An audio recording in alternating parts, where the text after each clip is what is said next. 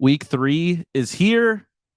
We finally have the superstar offenses, superstar quarterbacks, all the high-powered players, superstar wide receivers, lots of fun players to draft in Week 3 drafts. So, of course, back with me again, Nez and Shane, my resident Battle Royale experts. We're going to hop in a few drafts, talk through the Week 3 slate, and see if we can't find the $50,000 winner on Underdog.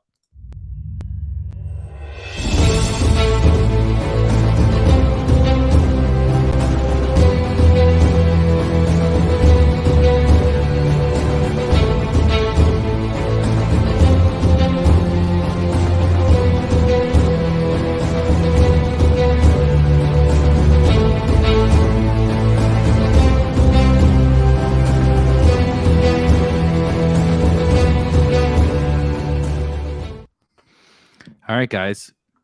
It's Week 3. It feels, I don't know how you guys feel about this.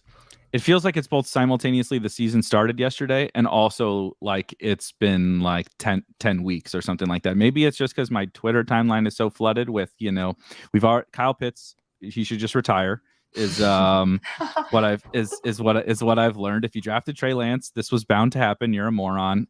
And still running backs are a thing, apparently, even though every wide receiver early is just scoring like 40 points a week.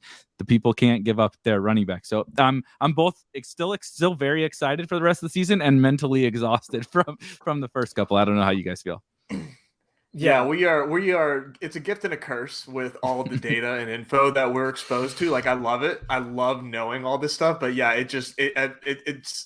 I'm not fatigued in a way that I don't want to continue on, but we're in it, baby. We're in the trenches for sure.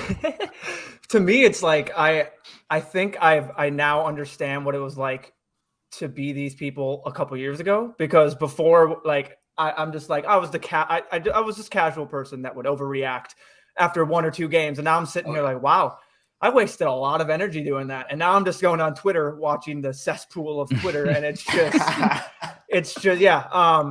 I saw the funniest thread today. Shout out Snake Wells in the Discord about that RB truther. And man, I started to go on like just on Reddit and all that. And it's out there. And people are still talking. I mean, he's talking, oh, my RB4 is better than your RB2. And it's just hilarious. So it's been fantastic read. It's like just comedy at your fingertips all the time. I gotta stay. In season, I gotta like really tone down my off season. Is like it's bad, but it's kind of like, we're all just shit posting, and actually a little bit of good conversation comes about during the season. It is just overreaction city and people posting snap shares that I can go fucking look up myself on Pro Football Reference. Like, I appreciate the people. I appreciate people are doing the Lord's work. I understand all that, but it's like, that's all the feed is, right? It's like usage stats that are on a website, probably a free one, not always, but probably a free one that someone's regurgitating. And then people saying whoever sucked in week 2, that guy's dead, right? It's over. It's over for these guys that like Kyle Pitts that suck. And the people who have smashed are like, we won. It's over. If you drafted Tyreek, you're the best fantasy football player of all time. If you drafted Kyle Pitts, you're a donkey. Yeah. Yep, that's how it is. And that is extremely evident in these drafts where the markets are very volatile. And it's very much, what have you done for me lately? And we see that here. Like, it's the perfect example of it in these underdog drafts where everyone is so gravitated towards recency bias. And that, for us, is a huge edge. Love that, too. Yeah. I'm pulling up the rankings that have the ADP as we kind of talk through this, so that we can see some specific examples in real time of kind of how crazy it is. Yeah, I talked on that on our show earlier today, and I believe I touched on it last week on our week 2 show, that these people, if you just scroll down to even the 20s, 25, like even once you get to like kind of like that 30 range, all of these people are going in every single draft. And it's like, I use this. It's like in DFS, if they told you you're sitting here and they're in every single draft, and like in one of 6 lineups, or in every single draft, like these people are going to be going, your immediate thought would be like, okay, well, I'm going to leverage that with playing the guys that aren't being drafted. You know what I mean? Like, T. Higgins versus Jamar Chase right now should not be that drastic. It was the same week or same thing last week with Waddle and Hill. Like it should have been that big of a discrepancy between the two. Yet one is always being drafted and one is just kind of an afterthought. And it's especially evident this week with all the options that we have. And then the overreactions, like people are overreacting following ADP. And it's just the same drafts over again. It's like, what different little combo can I get here? And I've been straying away from ADP and just playing a totally different game so far this week. Yeah. I think two things. One, Hope hits it on the head. This week, in comparison to last week, especially, if you got, especially, I want to do one of the 12 round drafts today to kind of show some of the differences in the depth of the tournaments. And I think it's kind of fun to have a little deeper roster. Very fun. But two things, like Hope says, this is also important in terms of exactly what you were just talking about, right? Like last week, it's not that there weren't guys going undrafted, right? But you did have to dig a little bit deeper. There were some really good ones, and I didn't get to any Jalen Waddle, and I feel like a total donkey because exactly what you kind of outlined. It's like, why? I like to think of it again. This is largely a best ball focused channel during the off season, right? And then we focus on some of these in-season contests. And when you think about it, kind of like you outlined, and the Waddle thing is a perfect example. Jalen Waddle in a matchup that everybody could see the upside, at least for the Dolphins, whether you liked it, disliked it, whatever. We stacked it, if you recall, on our drafters team. We got 20th or something. We got 20th, I believe, with a Lamar, Andrews, Tyreek team that was pretty sexy. Debo, RIP, Debo let us down. But we were right there. We were live. But so you get Jalen Waddle, who was, I know he got to the 4th round or whatever by the end of draft season, but let's just call him a 3-4 turn pick. Okay. And then you have one of my favorite kind of not overreaction, but Christian Kirk. Christian Kirk is a perfect example of a guy you just said that gets drafted in every one of these drafts. Nobody was excited for this. Was a 7th, 8th, 9th round pick, depending on what site you were drafting on. And yes, we have some new information. The target share is a little bit more defined for him, whatever. But now he gets a tough matchup where the Chiefs weren't really very good on offense against this Chargers defense. And because he's had 2 big games, we got to take him in every draft. But then there's guys down. I mean, Gabe Davis doesn't even get taken in every draft. I know that's injury type stuff. I mean, DK Metcalf. Brandon Cooks is one that doesn't even make sense for me. Everybody loves all the old school people love Brandon Cooks. All he's done is gotten 12 targets in each game, and he's playing the Bears, who suck, and nobody wants to take him, right? Oh, Elijah Moore, it's over. Elijah Moore is the Kyle Pitts of wide receivers. That's one of my favorite points. Yeah, he's cucked. He's cucked by Garrett Wilson, right? Just like Kyle Pitts is cucked by Drake London, and the offense isn't good enough to support Elijah Moore. He was a 5th round pick 3 weeks ago, and we just write all these guys off so fast, and then we assume immediately, right, that I love Amon-Ra. I don't really have a negative thing to say about Amon-Ra, but he was one of the core plays for us last week, because at the beginning of the week he wasn't getting drafted.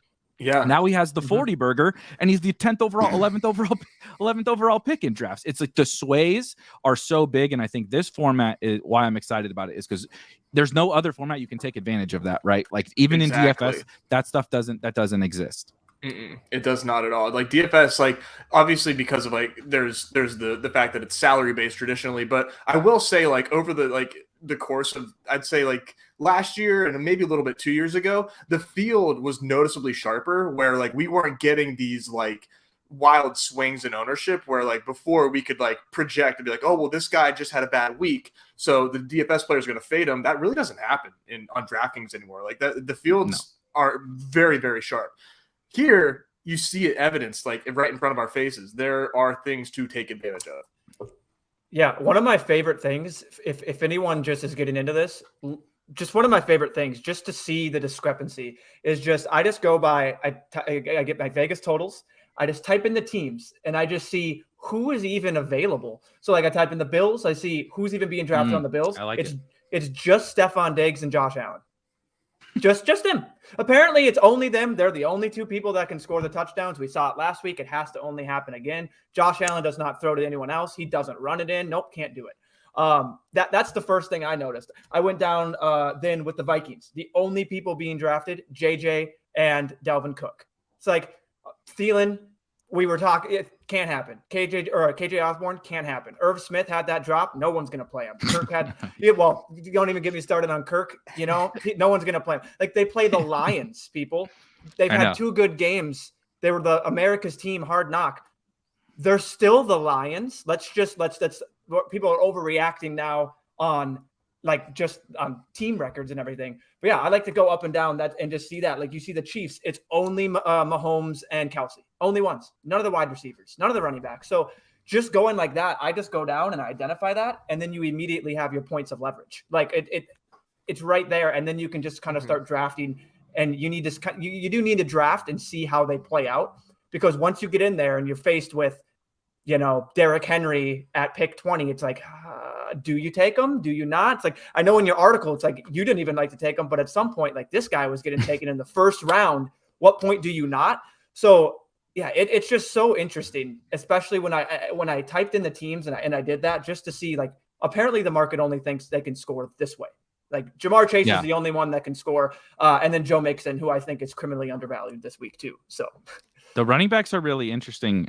We can talk about them for just a second before we start to dive in, because your Dalvin point, I thought was spot on and super interesting. I know he gets drafted, but again, I feel like if he had done anything in the first 2 weeks, and he week 1, he was good. He had more than 100 total yards. He just didn't find the end zone because Justin Jefferson, scored 90 fantasy points or whatever it was.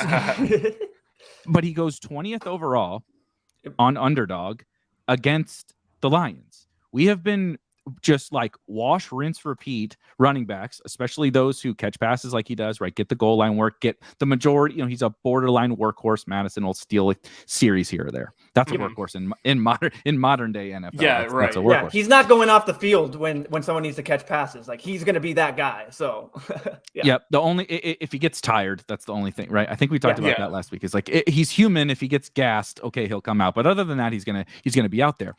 And now trust me, no one loves their wide receivers more than me.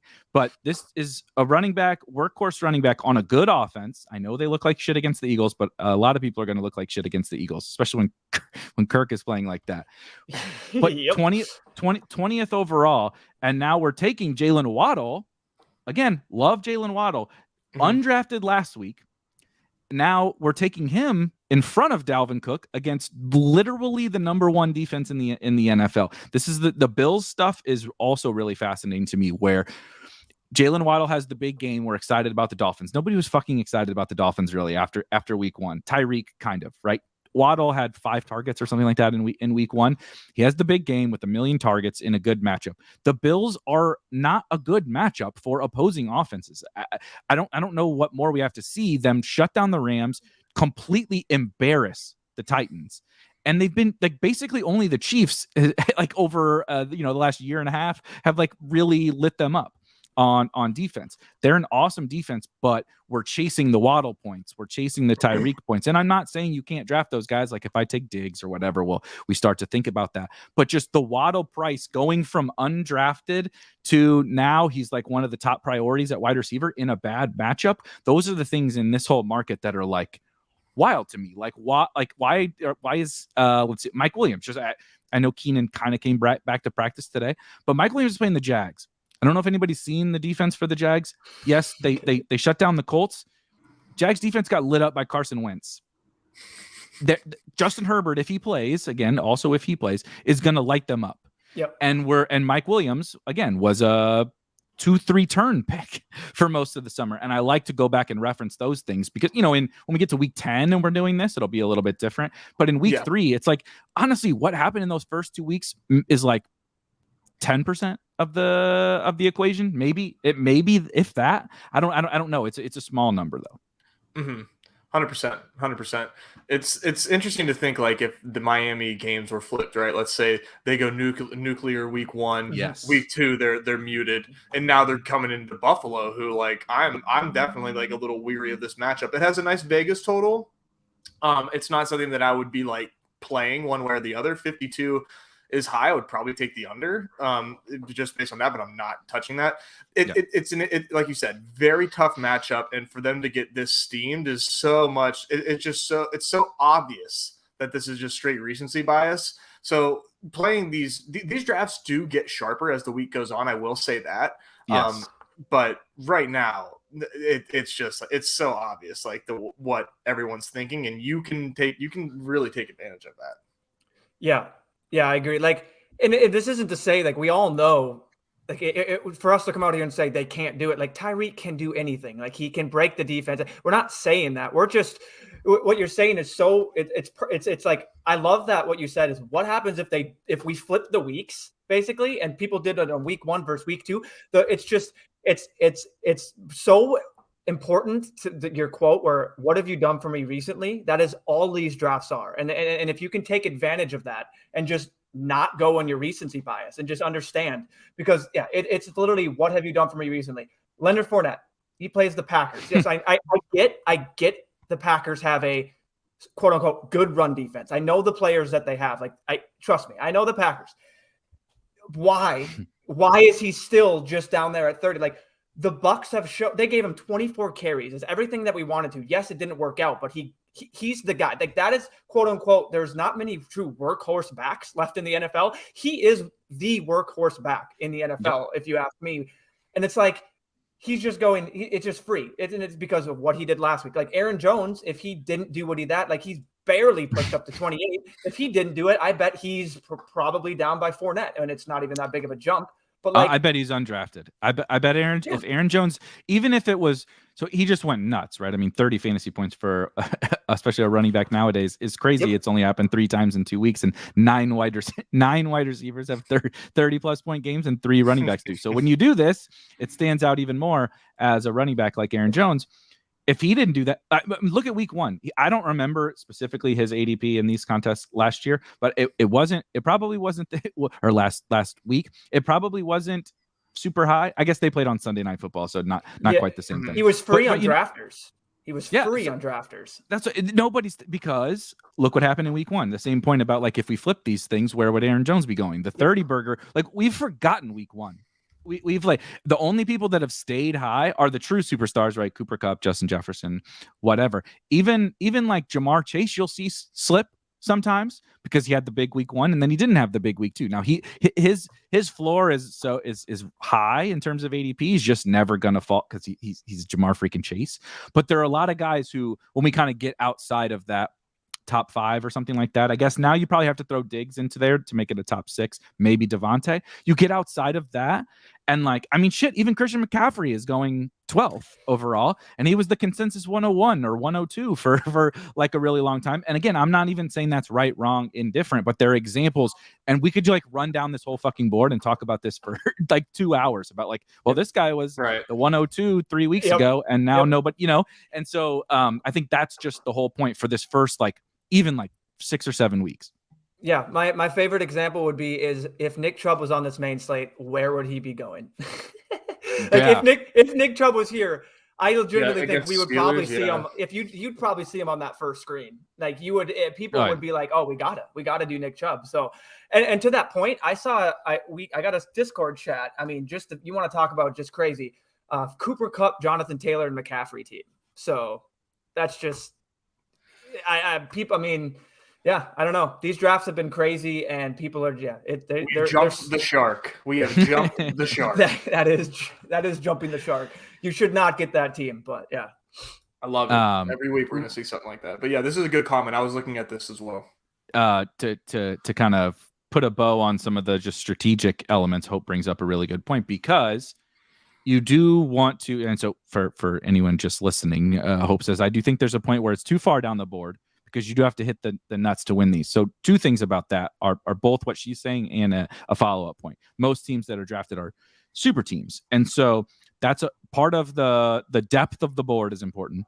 Being able to get reaching down the board. We talked about this last week. Reaching down the board for DJ Chark is not getting you anywhere because he is just the odds of him being the guy you need in this, right? In whatever best ball, your fantasy football league, it can be different. The guy you need in this, look at last week. It's a little bit of an outlier week, with those ceiling performances from Lamar and the Dolphins guys and Amon-Ra. If you don't have the 30 plus point guys, like you don't have to have the stone cold nuts all the time in every tournament, but you better be damn close in every single tournament, and probably have to have the absolute nuts, depending on who it is, right? If it's Cooper Kupp and Justin Jefferson are both on the nuts, you probably don't need it, but you have to have the stone cold nuts to win this thing.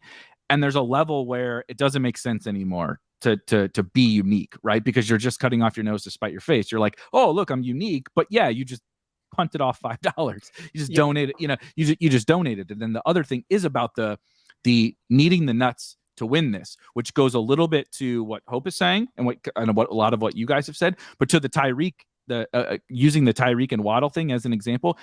I have drafted Tyreek, I think mostly on drafters so far. I have drafted Tyreek this week, but it's only on the teams where I think Tyreek makes sense, and I try not to pay the premium, because if that guy is truly the guy you need and he gets steamed all the way up there, I'm willing to lose on chasing the guy up the board, because like you said, what are the odds that any one of these guys are truly the guy you need? And then you compound the cost, and you compound he's 100% owned, and you compound a tough matchup for the Dolphins guys. And it's like, man, just give me AJ Brown or just give me T Higgins. You mentioned T Higgins. Give me these guys, or I'm going to take a tight end, or shit, I'll take Dalvin Cook.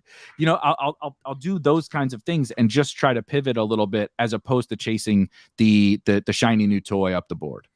Yeah. And to Hope's point, I'll just say that I think earlier in the week is a great time to potentially get that unique and go down the board, because the options that are down the board are eventually going to be up the board, if that makes sense. Like we have, if you look, it's T Higgins at 30, Michael Pittman at 33, Gabe Davis at 35. I mean, I like Juju. I apparently we're just done on Juju 35.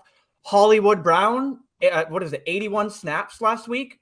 Just done. DK done. Like it's just the wide receivers and the people down here. When I do mention getting unique and straying away from ADP, just to be clear, I'm not going down here and going, all right, second round, let's time to get my Adam Thielen. You know what I mean? Like yeah. I'll know when the fifth and sixth round is the time to do that. But like getting these different combos right now, and I know saying that as they move up, they'll eventually, but like getting the combos of those guys, I think is it's advantageous right now. And especially when you will see these guys move up. Like once Gabe Davis is active and ready to go, he will not be a ADP 35. I see a lot of these guys moving up, even with the running back. So I think earlier in the week is when you can maybe get your unique and kind of go down the board. And it's like, I'm not, just to be clear, I'm not going down the board and just grabbing these scrubs just to be unique. Like I'm doing it within a good context of my team. So Omar hits this. I know, Nez, you replied to him in the chat, but Omar asked a question. What about being too consistent in your takes? I would argue this isn't necessarily being too consistent in your takes. This is just about kind of how you're managing your portfolio. And honestly, if you thought T Higgins was the absolute best pick and you're happy to go all in and lose if he doesn't hit, actually he did hit, by the way, so you still could have made money last week with. Yeah, he wasn't he wasn't Jalen Waddle, but he was still you can make money with T Higgins, but right. Omar's saying I took him every time. He's like, I don't think that's optimal, but how do you approach that? I mean, that's up to the individual person. I do personally kind of cycle through, and I do try to look at what Shane said, the combinations of players that I have together, and overall exposures and such. And now we do have within Draft IQ at Spike Week, if you're a subscriber, you can see your exposures and player combinations and stacks and game stacks and all that different stuff from within Draft IQ for these daily underdog contests. So obviously you have to upload them after you finish your drafts and stuff, but that has helped me in terms of what you're trying to accomplish. But I'm cycling through. So I did draft some T Higgins. I drafted far too much DJ Moore, but like DJ Moore I think was on my best team, a Lamar Andrew Tyreek team, and it's like, yeah, that sucks. Yeah. I didn't hit the nuts, but like you can still win with kind of one of your stands, and he was kind of one of my stands. But it's just that's up to each person. But I think it also matters the week. Last week I think it made a little more sense to maybe really hone in on a couple of the undrafted guys, whereas this week I mean, if Curtis Samuel's getting drafted all the time, and I don't know, let's scroll a little bit. And you mentioned Thielen and Elijah Moore and Chris Olave with his 300 air yards. Like all these guys are not getting drafted. MVS, I'm going to draft some MVS on Mahomes teams. It's like little stuff like that. I'll probably have more late round guys this week. Yeah, and I have MVS as one of my highest exposed wide receivers right now in these dailies. It's just everyone's, he hasn't done anything, and it's just I understand what Travis Kelce can do, but yeah, it's if MVS gets that long play, then I'm it's looking good. So yeah, it's just perfect. Interesting like slate. that. There's just a lot of nice game environments here that you can kind of like find your way around and tell yourself stories for. So, dang.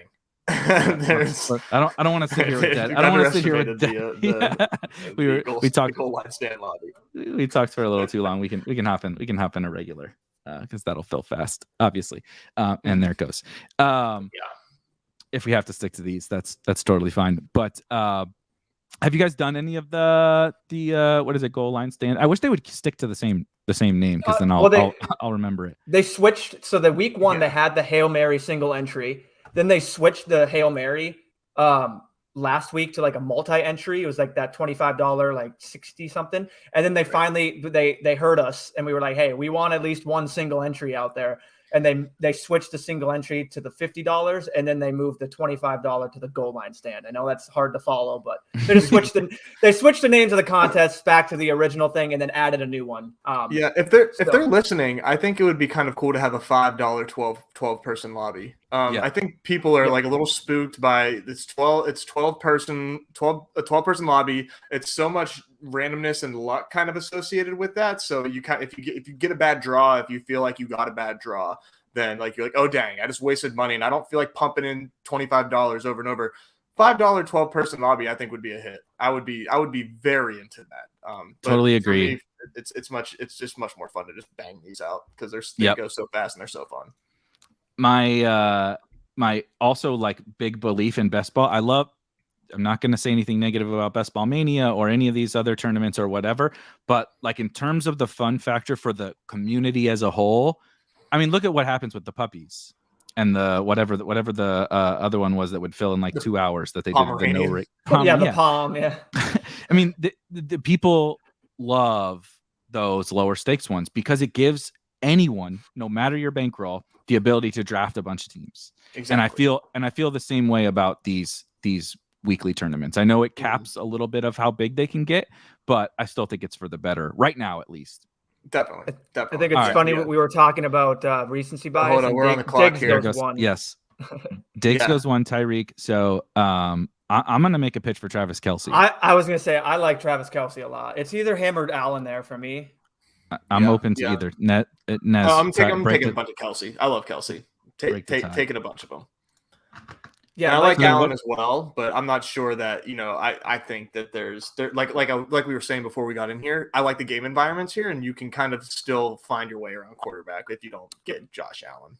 It's kind of like if he's the guy you need, that's fine. But I also think if he's the guy you need as a first round pick, or a 1-2 turn pick or whatever, there's still ways. Like if he puts up 50 or something, yes, of course, it's different. But if he puts up 35, if he's the highest scoring quarterback, but somebody like if he puts up 35, we're on the clock. We can talk about it again. Now we can take him if you want to. We can pair JT, McCaffrey, AJ Brown.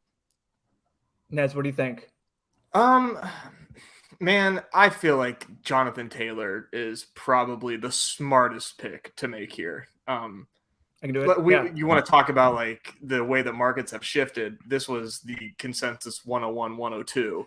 And now because everyone's come to realize that wide receivers can put up 30 burgers way easier than running backs, now he's getting suppressed. But Jonathan Taylor's profile, there is no like unbelievably safe floor with an unbelievable ceiling and the ability to crack off a 12 fantasy point play like at the drop of a hat. He is just head and shoulders the best running back play this week. He also played a ton even with this matchup. He still played a ton they're losing. They didn't score. They're losing all game. Naheem Hines caught 3 passes in the first 10 plays or something like that. And even though they're getting curb stomped, JT was out there getting the ball, not doing anything, but getting the ball. And so if they can this is another thing. We're done with the Colts. right? Michael Pittman went nuts in week 1. JT went nuts in week 1. But now they had a bad week 2, of course. Michael Pittman was hurt. Alec Pierce was hurt. Matt Ryan's not good enough. Like, he's not great anyway. He's certainly not good enough to, shout out Ashton Doolin. He had a fun week, but like Ashton Doolin, Paris Campbell didn't catch a pass. Yeah, Paris Campbell, like it was bad for the Colts last week. Mm-hmm. If they get these guys back, they're going to give up a bunch of points. There's all the opportunity in the world. And like you said, JT is a home run hitter, and he doesn't even also have to hit home runs. Who is to say they don't get down there? And he has 80 rushing yards, but 2 or 3 touchdowns. And if he scores 2 touchdowns, that just might be it at running back for the week, because it's really been that low scoring so far. Yeah. I think it's for everything you guys stated. The thing that I think gets interesting here is, so we're going to be possibly sitting there with Mahomes, which would be the logical choice, and I would like it. But I think since I've seen I was inverted, have like 3 stacks of that already, and probably everyone has so many. I think this is when we have to get our different, like very, like, I don't know. You got to get unique and take your stand here when you have a stack that's going to be this chalky. Yeah. Yep. I'm totally cool with that. And I don't know what the direction is. It's just, yes. I know I would immediately be thinking, okay, not galaxy brain, but just kind of, what do I want to do? Yeah. So it would be Mahomes for sure here. I mean, I'm open to Mahomes. I was going to pitch your boy Dalvin. I don't think a lot of people that draft these kinds of teams are going to take a JT Dalvin type of situation. And trust me, I understand that the wide receivers are crushing, but it was also a 2 running back team that took it down in week 1. And exactly. we've just, forgotten about that. Yeah, and it's are you guys cool with that? Yeah, for sure. Mm-hmm. Okay. Yeah, I think you can do Dalvin first. Yeah, I mean, like we were just stating, the quarterback pool is it's deeper than last week. You don't just have Lamar and then Kyle. No one even talks about Kyler Murray. He's dead. The only thing he can do is just run around, apparently, in their little horizontal raid. So I know they play the Rams, but the Rams don't look to. I mean, I know they're a top defense, but they didn't seem to be that way against the Bills. The Falcons still did. I mean, if the Falcons can put up almost beat them. Yeah, do that. I mean, exactly what your hot take was, where you put out there, like they're going to stay with them. And it's like, if the Falcons can do that, you would think that the Cardinals can do it. Like, I don't know. Falcons are interesting, man. I don't know. I love them. I can't help it, man. I really like the Falcons. It's so weird. I'm gonna be hitting their they were significant underdogs. Okay, nice. We get Mahomes here. That was a great play. Little 0 wideout start. I love it. I can't help it, man. Anytime the Falcons are big dogs this year, I'm probably gonna take them. They just seem like they're in there. They've got like a very interesting offense, and if we can just get Kyle Pitts going, like I feel like that only helps the rest of the weapons there, because the way that we knew Drake London is who he was, and I just love the weapons they got there. They're a pretty fun team. I think Mariota is very underrated. London wasn't underrated like from a draft process. Obviously, he went extremely high in the NFL draft, but I kind of think his impact paired with Kyle Pitts. CPAT's a pretty good football player too. Mm-hmm. They're not like, they're not like totally lacking all weapons. I kind of think they're similar to not this year's, because they're much better this year. Last year's Lions, like even when like down the stretch, it was like they had only Swift and Amon-Ra. People were like, God, the Lions stink, and they weren't very good.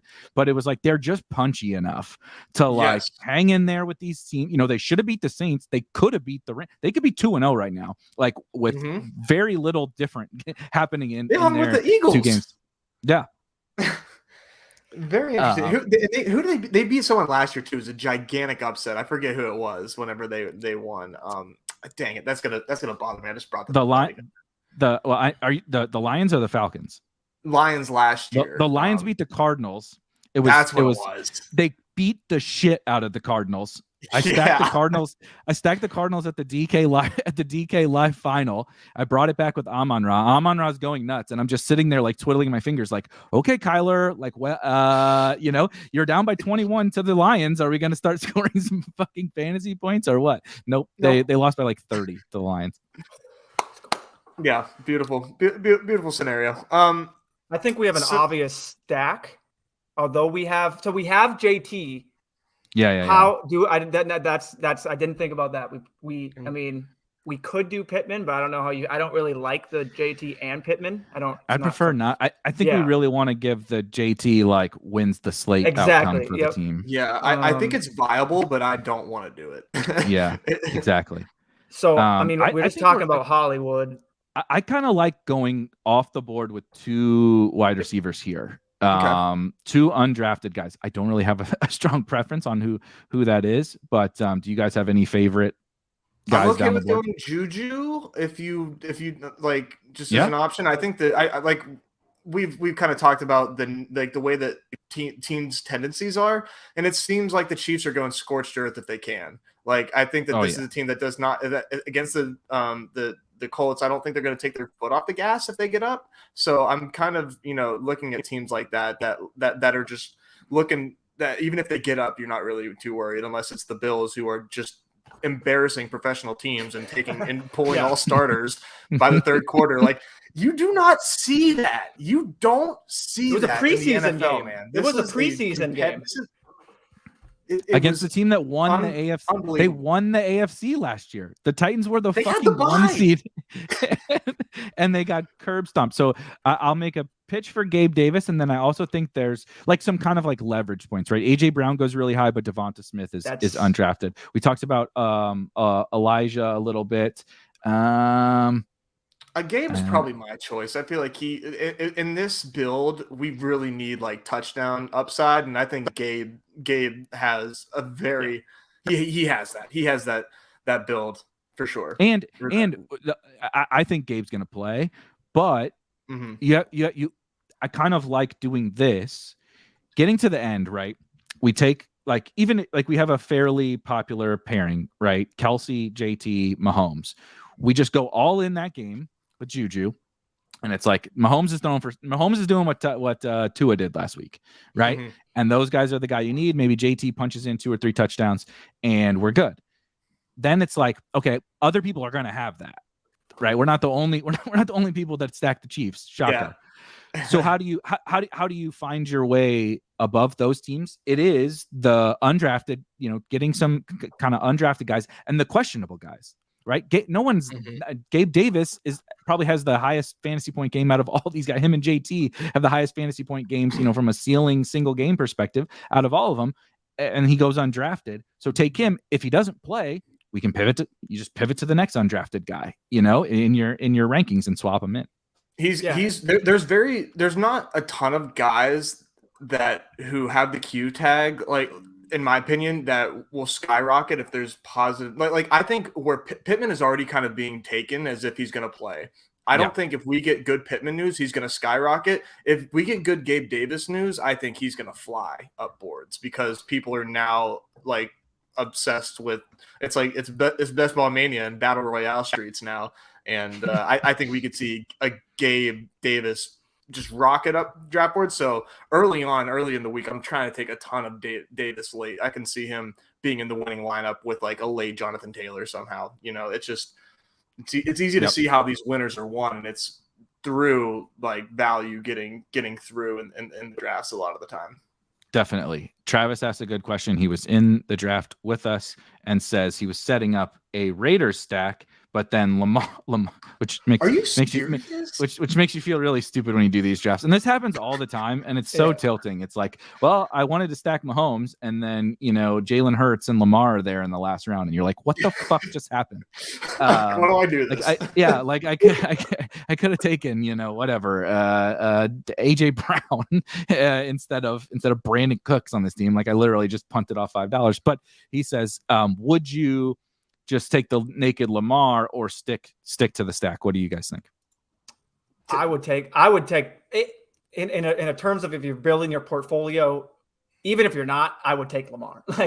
Lamar's going to give you that upside. I mean, he did it. He showed you last week. Yeah, I'm pretty sure he's in the winning lineup and got outscored by Tua, but he's Lamar. And I just saw he had an elbow injury, so that's why maybe he's falling. Yeah, I think that's what it is.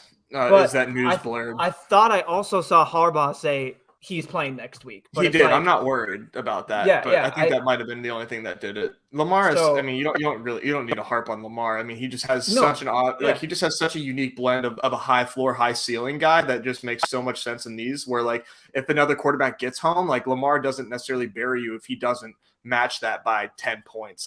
In my opinion, or maybe that is in these contests the difference makers. But yeah, I think you absolutely go Lamar there. And if it's if you are maybe you love the Raiders this week, right? And this was your first or second draft, just go hop back in the lobby because Derek Carr is going to be there in the last round every time. Great point. Just go for it again. Very good point. And I think it would be one thing if bad example because he does kind of fall and he's hurt or whatever. But if Herbert falls, right? Or let's say it was last week and you were setting up some stack and Derek Carr, who was drafted in every single draft, was one of the highest projected quarterbacks last week because we didn't have none of these guys were on this. Everybody that we're talking about besides Lamar was not on the main slate. If it's like I was setting up my Vikings stack and Derek Carr was there and he's my top projected quarterback, like stick to the Vikings in that scenario. Derek Carr can get propelled by the stack, but Derek Carr's not going to go out and win you the week like with his legs. When it's Lamar, maybe Hurts, certainly Josh. Obviously, Josh Allen's never going to be there in this thing. But if Josh Allen in some draft for some reason falls to the 2-3 turn, right? And you took Cup and you were like, maybe I wanted to do the Rams or I wanted to do this or that. Like, just take the Josh Allen value, run with it. Cause you're not going to get that much Josh Allen into your portfolio. So just take it, run with it. Same thing with Lamar. And then, like you said, take your next $5 and go get your Raiders stack or go get your whatever Viking stack.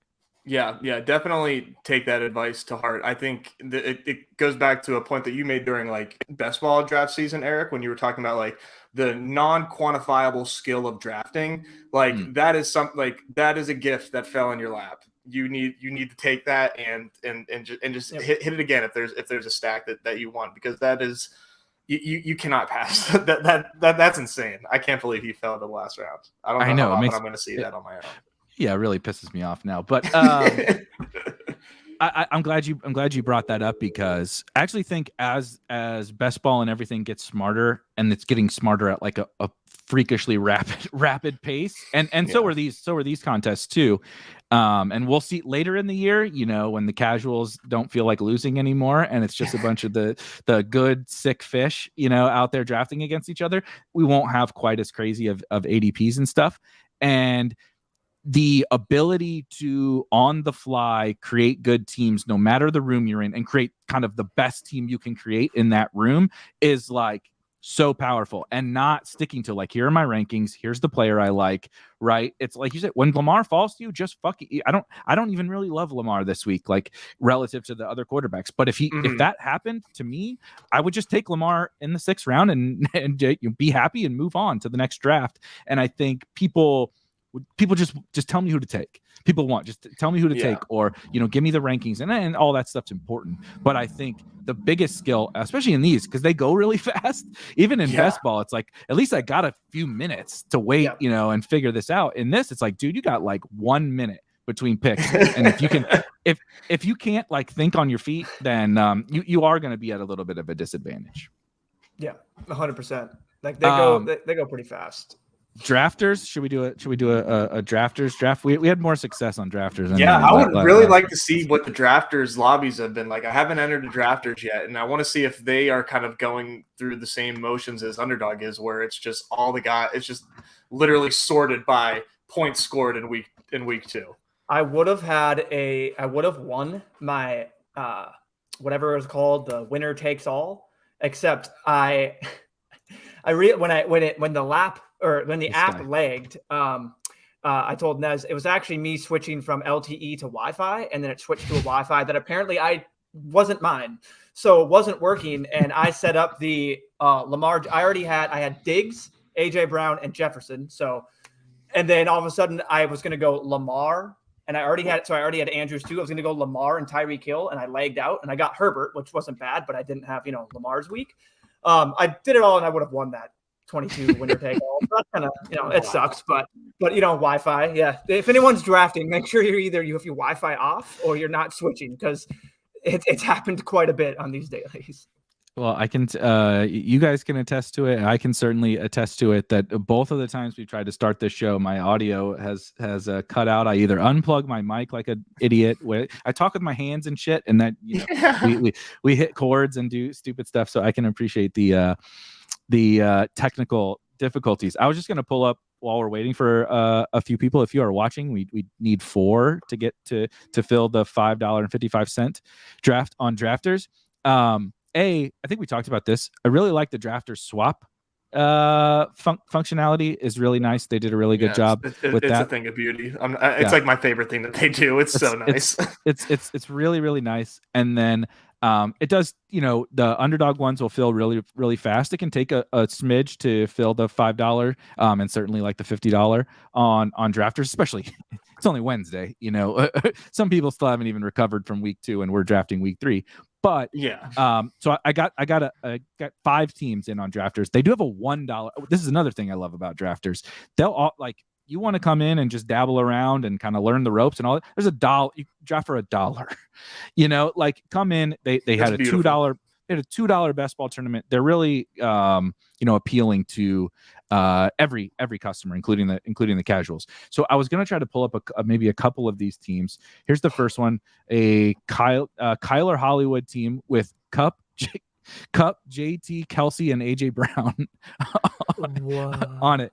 Yes, and Lenny. I took my guy Brandon Cooks. I literally took my highest projected player, Brandon Cooks, who I don't really like the draft because I was like, I'm taking my highest fucking projection here because this is like the stone cold nuts. Like, how do you get JT, Cooper Kupp, Kelsey, and AJ Brown, and honestly Lenny on the same team too, and then obviously have the Arizona stack with Cooper Kupp. That is insane. Yeah, that is a monster. This is one of your teams. I don't even know if I want to see your other teams. Oh my gosh, I don't remember them. I don't like. So I'm definitely very in on. Oh, here's another one. You see Derrick Henry on this, right? Derrick Henry was my second to last pick, right? So these are 8 round drafts. And I fucking hate Derrick Henry. Nobody hates Derrick Henry more than me. I never draft him in best ball, right? Certainly, it's a PPR site. I don't like him. But you get to the 7th round, and I'm just sitting there. You have to draft 2 running backs. That's the thing. On Drafters, you have to draft 2 running backs. And I'm like, I don't have a second running back. It's like Derrick Henry or CEH. I'm fucking taking I'm taking Derrick Henry. Yeah. Yeah, well, I was talking about this earlier too, where obviously it's the best to fade Derrick Henry. It just feel, especially last week, that just is that was such a good rush, even though it was on a small slate. That's what you love. Hate to be a hater, but man, that it feels so good. But this is this environment. I feel like he can burn you against the Raiders potentially. Yeah, in drafts last week. I don't know how many of the drafts you did for that slate last week, the Monday slate, which is really, really fun. I love that they're pairing the obviously that was a Monday night doubleheader, but I love that they're kind of using that and being like, that was so cool. That worked really well on Monday night, and the single gamers, especially if it were tomorrow, the Steelers Browns single game slate is not something I'm very interested in. God. So vomit-inducing, horrible. It's not really any better adding Broncos Niners, but it's at least it's at least a little bit better. Yeah. But so anyway, Derrick Henry on that slate, like you said, fading him is massive leverage. Literally draft a bunch of teams, never take him because he's a first round pick, and because there's only 2 games, but you do it in. Oh shit! It filled. Nice. But you do it here, and he falls to the seventh round in 5-person drafts. It's kind of crazy. There's not that many running backs to pick, and everybody needs 2. And he goes off as the 14th running back or whatever. That's a little bit ridiculous. Yeah, man, it's crazy. It's absolutely crazy. I last week just anecdotally full faded Henry out of 40 entries, 32% digs. Feeling great, and I still lost money, but I didn't have. I was too light on Hurts was the problem. I know. I had Hurts. You're telling me I was too light. I was 75% on the boy that threw the 3 picks. So I had all of the and then we won't even get onto my my galaxy brain. And even when he got the garbage time work of Hassan Haskins. Yeah, that was fun. That was exciting. I went all in on Hassan. I'm like, I'm going to fade Derrick Henry. He's not going to do it. And Hassan Haskins is going to be Dontrell Hilliard because he can catch. That's what I'm telling myself all this. I'm like, I'm hyping myself up. I'm clicking them. And then the game comes and I'm just like, well, this sucks. Let's get the Vikings on. And then I was like, this sucks even worse. It was garbage time, but it was really cool to see Tannehill and Henry out of there and get to see a little bit of Willis and Haskins. I was surprised that Vrabel did that, but that was exciting as a fan. I got really bummed out whenever Willis fumbled there on that one rush because I want to see more of them. That was fun. That was Haskins' TD drive, man. He was gonna get that TD vulture. Okay. I think it's Cup. Got to be Cup, right? Yeah, it's Cup. We love Diggs is sexier, but it's Cup, man. He's just. I was hoping they went Cup 1 so we could get Jefferson, but I can't be mad at Cooper Cup at all. That's it's. I do feel like we all love Diggs, we love Devontae or whatever. Those two, especially on a full PPR site, is just like a fucking cheat code. Getting one of the top 2 picks, or I mean, you saw some of the drafts that I have. People take quarterbacks and stuff. Like I was in one earlier that started like Allen Lamar or something like that with the 101, 102. I mean, there goes not that people shouldn't take Allen 103, whatever, if you prefer that, but like. Sure. It's only 5. There's only 5 people in this. Only 5 quarterbacks are gonna get taken. Like one. I'm not giving up the superstar wide receiver for Josh Allen. I'm sorry. I'm just not doing it. So I probably won't have him on drafters. Yeah, unless he falls, and he gives you that like you're talking about. But yeah, when you can only take one quarterback, you're not passing up these wide receivers. Like you see it in the Discord, like everyone knows, or that we know that these guys are going to have a ceiling and a floor higher than the gap. Like you can get these quarterbacks throughout that mid round. So yeah, that's exactly. Yeah. I was wondering. Say 5-6 turns probably the only way I would take them, and if I could stack them with Diggs, if you can get Diggs. Herbert, yep. Have people been taking Herbert like early, or do they normally wait on him? Because I think second in projections, so that's just interesting. Yeah, I bet he gets passed over by everybody. He he's not being drafted. Like I know we say people aren't being drafted. He literally is not being drafted. Yep. I'm putting Kelsey in the queue, and AJ Brown is also a tier break for me. So I would be open to either of those. I don't know if you want to do AJ since we did Kelsey, or you just want to go with Kelsey. Yeah. So we really are. Yeah. I agree with you. I forgot they throw in that. I don't obviously want Debo against Denver. I don't think, even though it is. I think AJ Brown. Yeah, I don't know, because if you miss on Kelsey, then we do have Andrews. If getting an elite tight end is like super important to you in this build, and I like the elite tight end. I really like it. Yeah, but I do think to me there's 4 guys that I'm cool with, and it's these obviously the typical elite tight ends, and technically Kittle is on this slate. You're right. He did come back to practice today. I think it was like very limited or whatever. But again, you can swap. We can take him in the last round. If he doesn't play, we can swap him out. So I really like Kelsey. I'm going to draft plenty of Kelsey. I showed 2 of my teams; they both have him. But right. I'm down. I'm totally down for Andrews. We can wait, but I'm not sure there's anybody here that I have to have. I guess CMC and These JT projections are crazy. CMC and JT are both there, which I didn't even realize because they're not at the top. Oh man, yeah. I'm gonna put him in there. I think it's probably these 3 guys. It's gonna. Mm-hmm. Yeah, it's between these. It's yeah. Do you have a tiebreak or between? It's either CMC or Andrews. Let's take CMC. Let's say this is the week CMC gets back. We're on full PPR. Like if he's getting back, like this team, you just want it. And that seems like an overreaction in itself for CMC in the 3rd. Like I get. I'm on Ross St. Brown over AJ Brown, Kelsey, and CMC and Taylor. Wow, I don't know if I can do it. I don't know if I can do that. I it's human nature to be scared about CMC. But it's the fact that he especially on this site, he has like a 40-point game in his bag. Like you don't get that very often. I mean, I feel like CMC at this price, it's like best ball when we're talking about like next year, this guy is going to be at this pick, but now we can do it slate by slate for weeks. Mm-hmm. So basically, if you take that thought process, like you're never going to get like one of the greatest things that I heard was the Chiefs pass catcher after Patrick Mahomes, the wide receiver. We're never going to get the wide receiver one. Like if Christian McCaffrey goes off, he's going to be a first round pick next week. So it's just hilarious. Like you can do that. You can do that on a week to week basis, like you do for your overall best ball. Like this guy's going to move up in next round, so I'm going to take him here because that's kind of like how I like to draft. So, okay, back on the clock. So we don't need to take a quarterback because maybe on the way back. On the way back, we do. Yep. I don't particularly love in these running backs. You mentioned Mixon, who I do like though. Wide receiver is just such a flat tier. Would you guys have a preference here? No, maybe even if you scroll down, I don't even know if there's. It was maybe Higgins. Higgins was the one standing out to me, I guess. Okay. But it's like, yeah, I could go.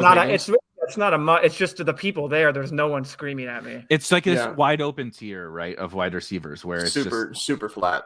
Pittman, Mike Williams, Sutton, Gabe, McLaurin, Kirk, London, Judy, Marquise Brown. Yeah, by doing that, you're betting against those first round pick. You know what I mean? Like you're hoping that then that other team isn't getting that those chase teams aren't hopefully getting there because you have Higgins. So I think I would like to lock up Hurts here just because there's only one guy that doesn't have the quarterback, which is also kind of crazy to me. That he could double tap like Hurts and Goddard or something. Yeah. So I think you got to just do it. Lock that in. And we're not losing anything. Yeah, we're not losing. That's the reason why we talked through the quarterback thing and the Josh Allen thing is like what you lose by taking Josh Allen is like significant. We couldn't even find anybody for our 4th round pick that we were like infatuated with. Right. We were all just like, anybody could have thrown out a name. We would have been like, yeah, okay. Yeah. All right, Anybody with conviction, please, God. yes. That's why I was like, who do you guys like here? And it's just like, well, Higgins can be that. People are writing off the Bengals like they're just done. You know what I mean? Yeah. And one thing I wanted to say is when you were talking about earlier on Twitter and you're like, I just need to stay off Twitter. We all just might need to take that Joe Burrow approach and just basically delete all of it. And you don't know what's going on. And all of a sudden you're just like, I know my target shares. I don't need to see your threads over and over again. I don't need to see this over and over again. Like, because it's just regurgitated info over and over again. And then people freaking out about Kyle Pitts.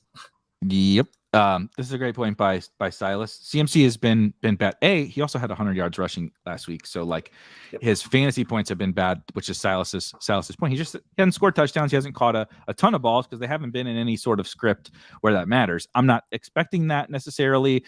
We all have the same concerns with Baker and the Dunce coaches, blah blah blah. But the once it happens, like Shane said, you're never going to get him here again. I have no idea if it's this week. It's not a particularly awesome matchup, whatever, but the dude can catch 10 balls in any week. And on this site with the way running back is right now, if CMC is even remotely CMC, like you just want him at this cost, he's probably going to be in the optimal if he's like even remotely close to old CMC. Yeah, especially on drafters. Like on drafters, especially, he gets a super charge. I will say 2 things here real quick as we were like waiting. I missed DeAndre Swift. If I probably would have like been like take him round 4 potentially here because I think. But I don't know if he was like buried in projections. I honestly didn't even. I didn't see him. I don't know. I must have not saw him. And I would have liked Pittman here. I think that would have been nice because you can just you can swap him for whoever, but any preferences? I kind of like Mike Thomas. I know this is a really gross game environment, but he's running super hot right now, and I'm a big Mike Thomas guy. I think he feels safe. And he's in that same game. With CMC. So if you do get a little bit of juice out of that game that we're maybe not expecting, like I said, John's in the chat talking about Kamara, who was back to a limited practice today. I'm a little more on the MT side than the Kamara. We can talk about that in a minute, but we do need a running back. I guess we can do Kamara, but I don't know that I want to do it with running back's pretty deep here still. Henry. What do you think about Aaron Jones? Is Tampa Bay still like a run? Like I feel like they were a run funnel at one point, and Aaron Jones got that quintessential Aaron Jones usage. That would be like my take here. What do you think, Shane? Yeah, I can't argue it. I do like CPAT too. I know that's weird and gross, but I mean Aaron Jones over CPAT, like over CPAT most likely. It's just that backfield. Excuse me. That backfield is so tough. I mean, it can you can literally see it going any way either week. Like I told Nez when he was like, I feel like I'm gonna go Dylan all on these slates. I'm like, dude, I can see it being an Aaron Jones night where he's just flashing his sunglasses, doing his chain. Because when they want to give Aaron Jones the ball, they'll give him the ball, and when Rodgers wants to get him the ball, he'll get him the ball. So it's like, he still looks great. Yeah, not a bad pick at all. It's just like that. It's just so tough for me with those two backs because they're just, oh gosh. I didn't realize that all three of these tight ends were here. That's hilarious. Did nobody take a tight end? I forget what color. Yeah. So there goes Waller. So we'll see. We'll be the last team to take a tight end. We'll see. I wonder if he might even pass up on Pitts. People hate Kyle Pitts. And then that's a great pick not to do CPAT. So then we're not locked with two. Well, you can swap. Two Falcons. We're not. Yeah. So last week on the main slate, I had a bunch of Kamara, and I had to make a decision, and it shouldn't have been. It was Darrell Henderson because I already had so much Leonard Fournette, and I had so little Henderson, and he's popping up all over. And yeah, I get Henderson, and he lays that nice goose egg. Or what? I swapped Hendo. I fell for that. Yep. So one question is, do you want to go Kittle and give ourselves the swap option here, or do you just flat out prefer one of these other guys? Hawk, Higbee, Goddard. I might say Goddard for the Hurts. Like if Hurts goes, just double stack it. Yeah. If Hurts goes off. Yeah. I think with the option that the swap gives you, I might go Kittle and then wait. I don't know, but it's like I kind of think so. Tough. Yeah. It's definitely tough, but I do think, not to stomp on Trey Lance's grave, but with Jimmy in there, the Broncos are like a quality defense, but I'm not sure there's somebody that like I fear for George Kittle if healthy.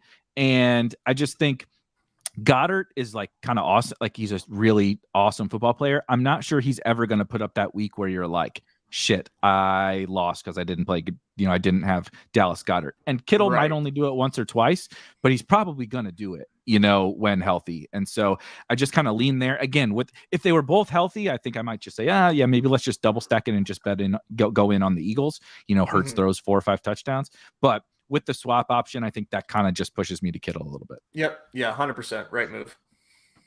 So anyway, to recap the team, I also just love the deeper drafts on drafters, getting into these conversations about Michael Thomas, about T. Higgins. John mentioned Kamara, who I don't have a problem with Kamara by any stretch, but I do think there's something about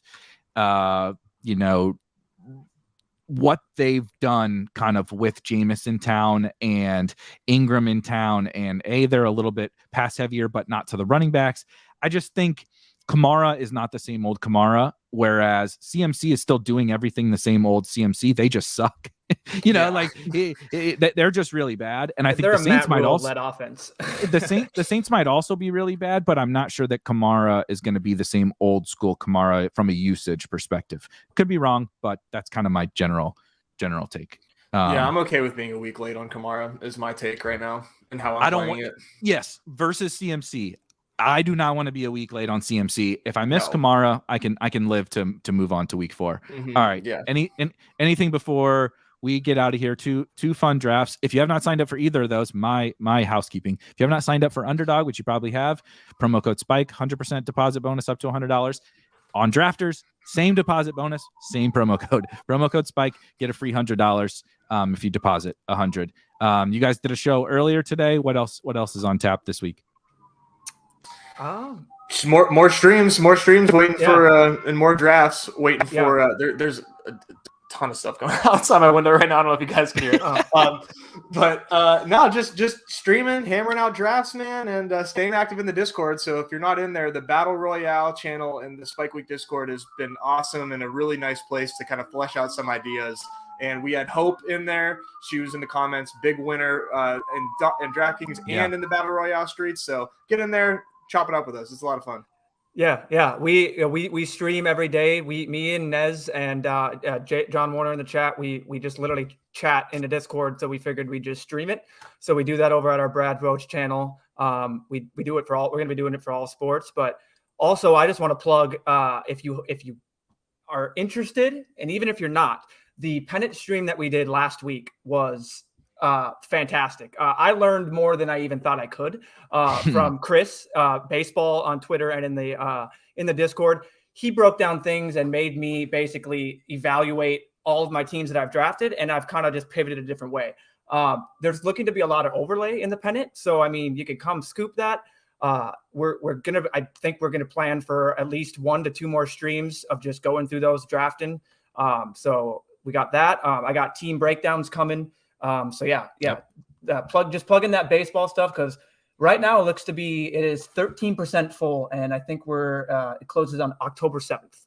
So I mean, I know it normally does just start jamming packed, but with all of this dailies and everything going on, like, it could be overlooked. Like, people really do not like baseball. So, and I get it, but yeah, that could be a fun thing. And what we have in there, the free tools and everything that is in the Discord and Chris has, it's great. It'll make if you know nothing about baseball, give it an hour, kind of look over that sheet, listen to our stream, you'll come out feeling like $1 million ready to tackle these drafts. So totally agree. One of the best streams, and one of my favorite sweats. I think we talked about this before too. The playoff, any sport, I don't care. The playoff sweat in these best ball drafts is unmatched, and I will definitely be participating in that. Overlay, I will probably be putting in money but contributing to everybody else's. Because I'm certainly not a baseball expert. I'm just going to draft the Cardinals. Let's just root for my team.